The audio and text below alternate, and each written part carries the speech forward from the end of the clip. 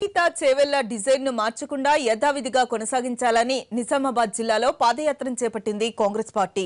3 project పనులను వెంటనే ప్రారంభించి రైతుల్ని ఆదుకోవాలని ఎమ్మెల్యే షబ్బీర్ అలీ డిమాండ్ చేశారు. చేవెళ్ల ప్యాకేజ్ 20, 21, 22 3 ప్యాకేజీలు దాదాపు 55% పూర్తి అయింది. కాబట్టి ఈ టైంలో రీడిజైన్ కానీ రీఇంజనీరింగ్ కానీ కాకుండా దీన్ని కంటిన్యూ చేయాలని మా డిమాండ్. మా ప్రాజెక్ట్ మా ఏరియాలో ఉంది వదిలేసి సిద్దిపేట నుంచి తిప్పుకొని ఇస్తా అంటే అది అయ్యేది కాదు, పోయేది కాదు. అది కమిషన్ల గురించి. ఇది ఆల్రెడీ ప్రాజెక్ట్ మాది ఉంది, మా నీళ్ళు మాకు కావాలా. ఆ డిజైన్ అయితే ఇప్పటివరకు రాలేదు. ఆకాశంలో ఉన్నదా భూమి ఉందా మాకైతే తెలియదు. ఏ ఇంజనీర్లకు ఆయనే హైర్ చేసినాడు, వాప్కో అనే ఏజెన్సీ.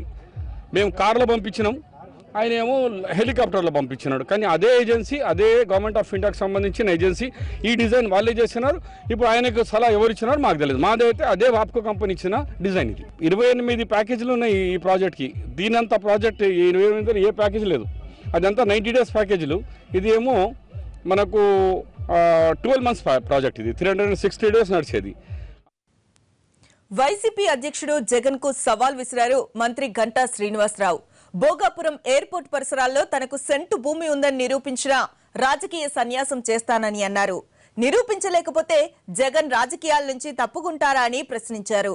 వైఎస్ హయాంలో జరిగిన లక్షల ఎకరాల భూ పందారాల గురించి మాట్లాడని జగన్ అభివృద్ధి కోసం భూములు తీసుకుంటే అనవసర రాద్ధాంతం చేస్తున్నారని అన్నారు. నేను ఒకటే సవాల్ విసురుతున్నాను.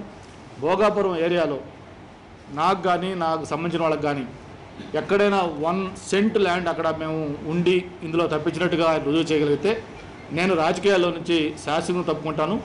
రుజువు చేయలేకపోతే నువ్వు కూడా రాజకీయాల నుంచి శాసనం తప్పుకుంటావా? ఇటువంటి అవాస్తవాలు, ఇటువంటి అభూత కల్పనలు చెప్పి ప్రజల్ని మభ్యపెట్టే ప్రయత్నం చేస్తే ఇప్పుడున్న ఆ ప్రతిపక్ష నేత హోదా కూడా నెక్స్ట్ ఎన్నికల్లో నీకు రాకుండా ప్రజలు చేయడానికి సిద్ధంగా ఉంటారు.